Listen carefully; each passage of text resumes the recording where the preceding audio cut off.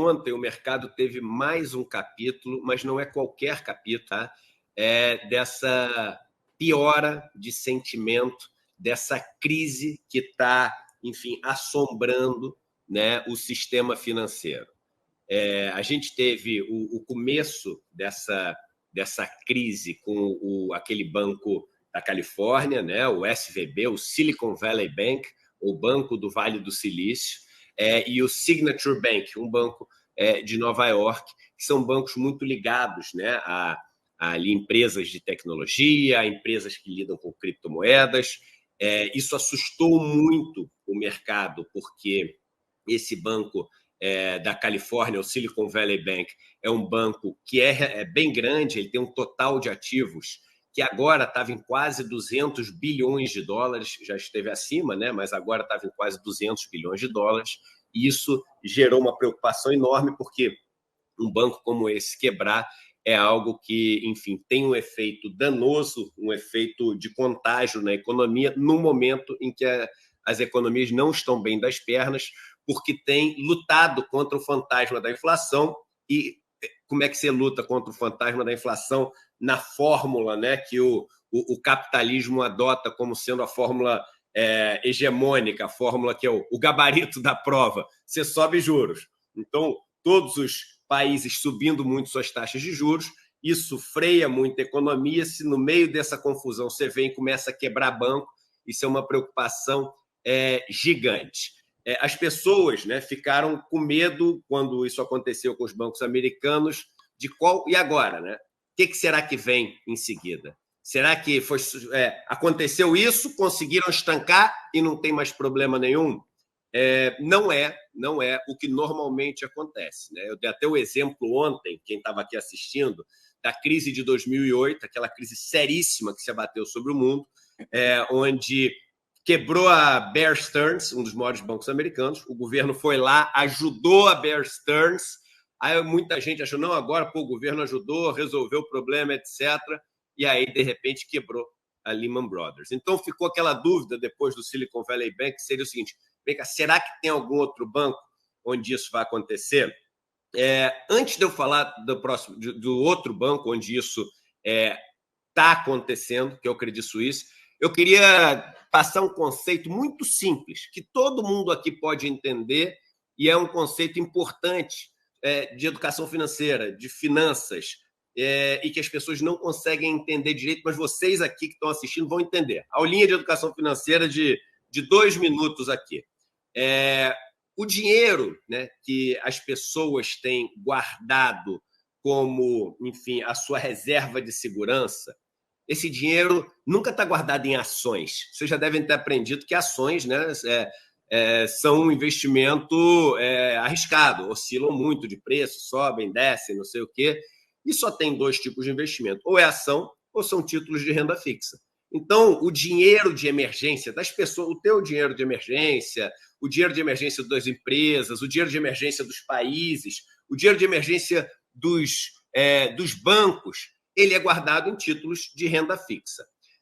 Só que tem um problema. O título de renda fixa, talvez o mais comum deles, é aquele que a gente chama de título pré-fixado. O que quer dizer um título pré-fixado? Título de renda fixa é um título de dívida. Então, o título de dívida é o seguinte: olha, eu tenho esse título de dívida, daqui a 1 ano ele vai me pagar 100. A taxa de juros dele depende de quanto eu vou pagar por ele hoje. Se eu pagar 90 e vou receber 100 daqui a 1 ano, a taxa de juros é ali em torno de 10%, um pouquinho acima de 10%, né? Porque eu estou pagando 90 e vou receber 100 daqui a 1 ano. O que acontece, Vivian? Eu tenho esse título hoje, que eu paguei 90, e daqui a 1 ano ele vai valer 100. A única coisa que é certa é que daqui a 1 ano ele vai valer 100. O quanto ele vale hoje depende do quanto as pessoas vão pagar ou por quantas pessoas vão vender esse título.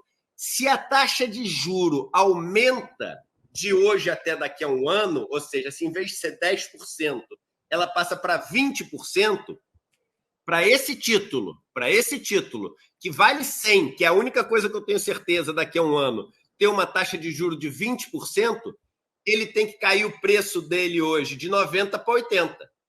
Então, todas as vezes, presta atenção nisso, gente, presta atenção nisso. mesmo que seja um pouquinho difícil de entender. Presta atenção. Todas as vezes que a taxa de juro aumenta, o preço dos títulos de renda fixa, que são os títulos de dívida, diminui. Eu acabei de contar para vocês a história de que o mundo inteiro está subindo a taxa de juros, para conter a inflação. E contei para vocês também que os bancos guardam as suas reservas de emergência nesses títulos de renda fixa. Se a taxa de juros subiu, e eu acabei de explicar para vocês que quando a taxa de juros sobe, o preço dos títulos de renda fixa cai, o que aconteceu com todos esses bancos, todas as empresas que estavam guardando a sua reserva de emergência nesses títulos? Todos perderam dinheiro.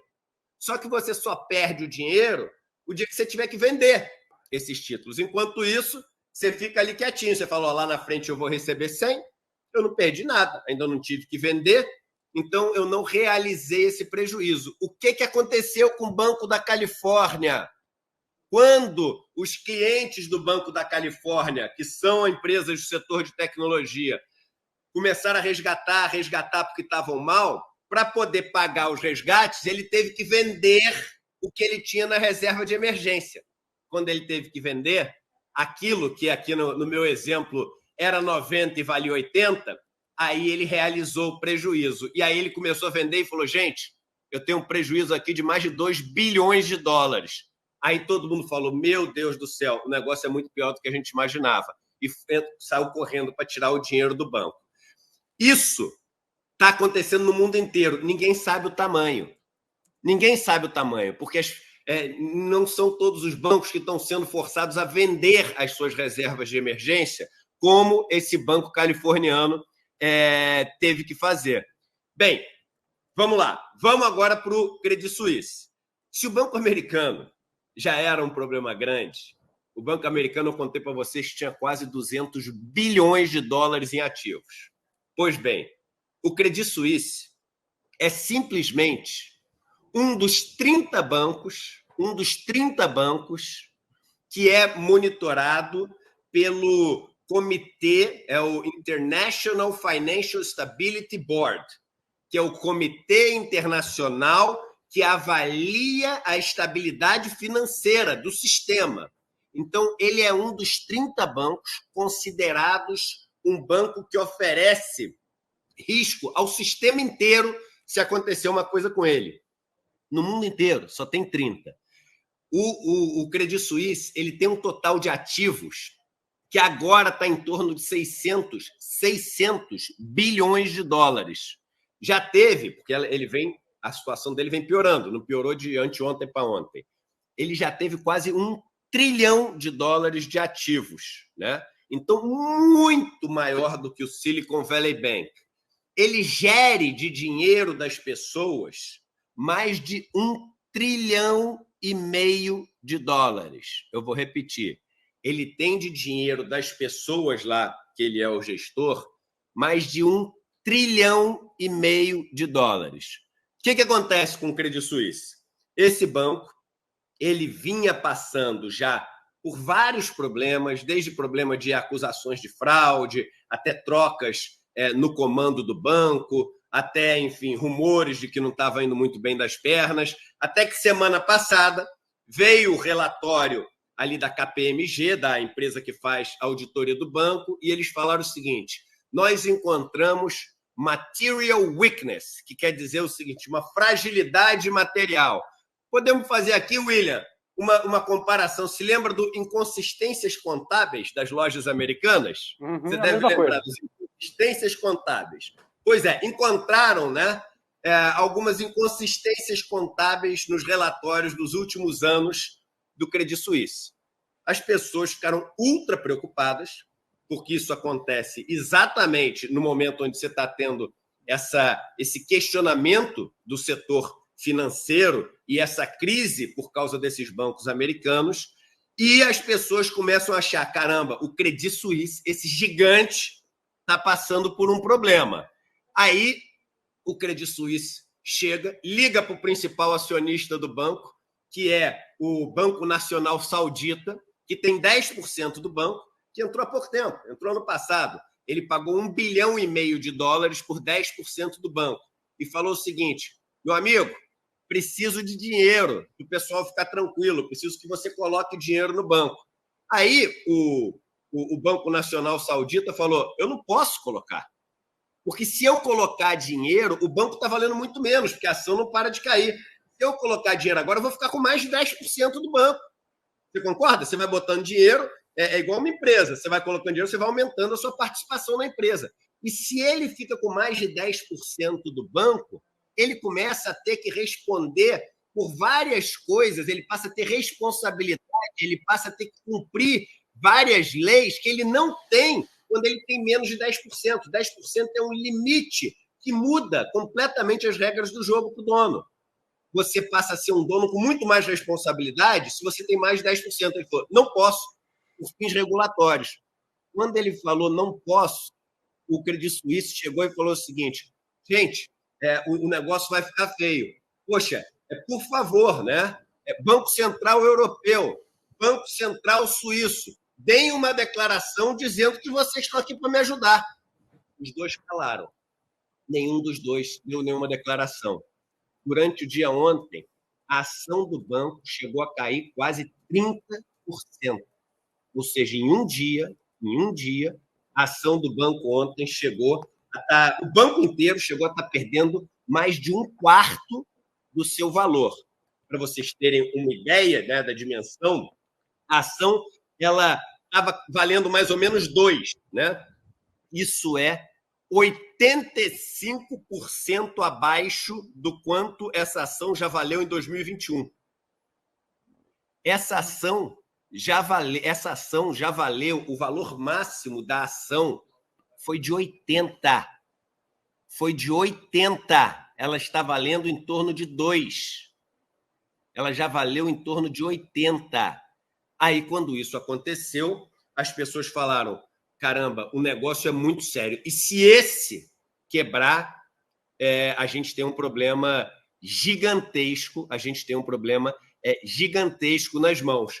E aí começaram comentários, né, que alertaram as pessoas para o tamanho desse problema. Um deles foi do Nouriel Roubini. O Nouriel Roubini é um analista conhecido, né, no mundo inteiro.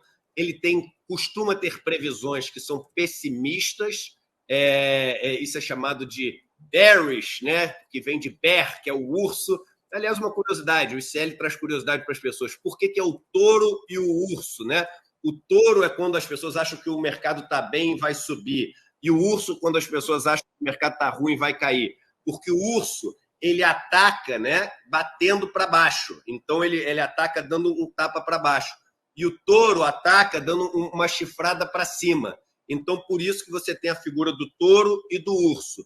Então, esse Nouriel Roubini, ele fez um tweet ontem, onde, no meio do tweet, ele escrevia ali o seguinte: olha, o problema do Credit Suisse é que talvez seja um banco too big to fail, ou seja, muito grande para as pessoas deixarem quebrar, mas, ao mesmo tempo, muito grande para dar para salvar.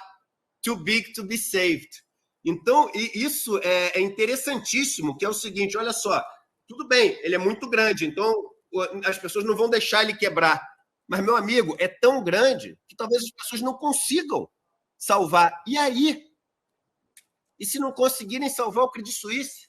Esse sim, você tem respingo no mundo inteiro se esse banco quebra. No mundo inteiro, se esse banco quebra. Ontem à noite você vê a ajuda vindo, né? Como a Vivian falou, e a ajuda vem no formato de um empréstimo de mais de 50 bilhões de dólares. Gente, é muito, só para a gente ter ideia. Isso é empréstimo, Vivian e William, que normalmente é dado para país. Isso é empréstimo que normalmente é dado para país. Quando a gente vê vários países vizinhos que estão passando dificuldade, eles vão para o FMI, né? Vão para, enfim, os organismos internacionais, e as ajudas que pedem são abaixo disso.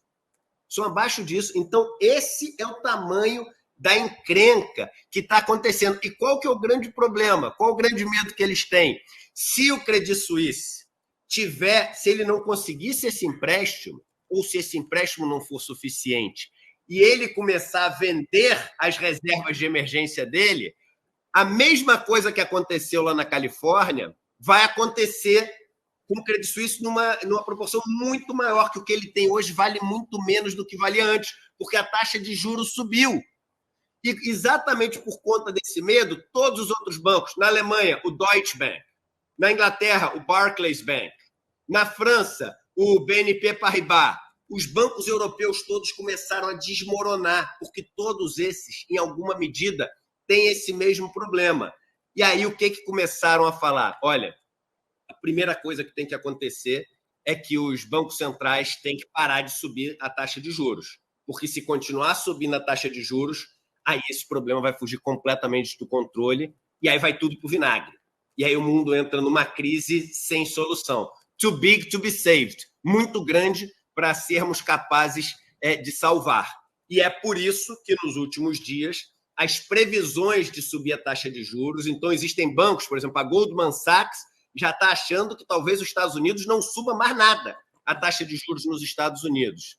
E isso que está acontecendo é tão sério, que pode mudar o rumo das taxas de juros no mundo inteiro, inclusive no Brasil, onde isso pode acelerar o processo de queda de taxa de juros, não porque o presidente do Banco Central queira isso, né? Mas porque talvez ele seja obrigado para salvar, né, a saúde financeira das empresas e dos bancos. O que a gente está vendo é muito sério e o capítulo que a gente entrou agora dessa crise é com um dos 30 bancos mais importantes do mundo para a estabilidade do sistema financeiro e o segundo maior banco suíço. Muita gente pode estar assistindo e falando o seguinte: eu quero mais é que quebre. Querer, às vezes eu quero que esses caras, às vezes não, o tempo inteiro, eu quero que essa turma tome uma lição mesmo, porque a história do capitalismo é isso, né? Esses pilantras, porque não tem outro nome, tomando riscos enormes, ganhando assim lucros bilionários todos os anos em cima do dinheiro de quem trabalha, porque essa turma não produz nada em cima de quem produz, essa turma não faz uma cadeira, um computador, não faz absolutamente nada, é uma intermediária e uma saqueadora de produtividade do resto do mundo. Mas o problema é o seguinte, e eles sabem disso, porque o sistema é montado para funcionar assim. Se eles quebram, vai um monte de empresa para o vinagre, vai um monte de empresa para o buraco.